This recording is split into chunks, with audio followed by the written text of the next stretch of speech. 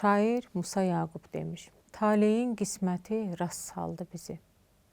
Yolumuz hardasa qırılacaqsa, itirəcəyiksə bir-birimizi, xatirəm yadında qalmayacaqsa, bu əllər mənimki olmayacaqsa, bu tellər mənimki olmayacaqsa, sən Allah özünə öyrətmə məni, hicran qoxusuyla göynətmə məni. Ofeliya xanım, bildiyim qədər ömür yollarınızın kəsişməsinin maraqlı tarixçəsi var. Talih sizi Qəbələdən, onu Sumqayıtdan bir araya gətirdi.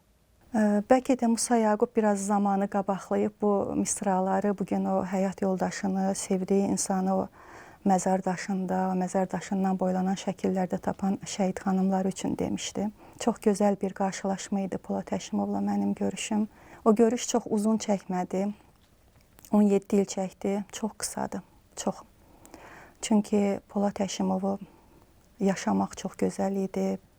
Hər zaman deyirəm ki, mən Polad Həşimovla 17 il, yox, bəlkə əsrlərlə bir həyat. 77 il, bəli, sizin çıxışlarınızın birində belə bir ifadə etmişsiniz. Bəli, 77 il yaşamışam. 1.77-də yaşayardım, 1.77-də gedərdim o yolu. Bax, məsələn, bu verilişə gəlməzdən əvvəldə onunla hazırlaşmışam bu verilişə. Verdiyim bütün qərarlarda, hər yola çıxanda, hər evə qayıdanda, bəzən sual verirəm ona, təsəvvür edirsiniz, bunu başqa şəkildə anlamayın. Bu artıq bizim yaşadığımız real bir həyatdır. Xüsusilə Polad Həşimovla mənim aramdakı münasibət onu vadar eləyir məni bu cür yaşamağa. Yəni, mən hər an, hər saniyə onunla, yəni Ofeliya Salmanova, Polad Həşimov adları nə yaxşı ki qoşadı.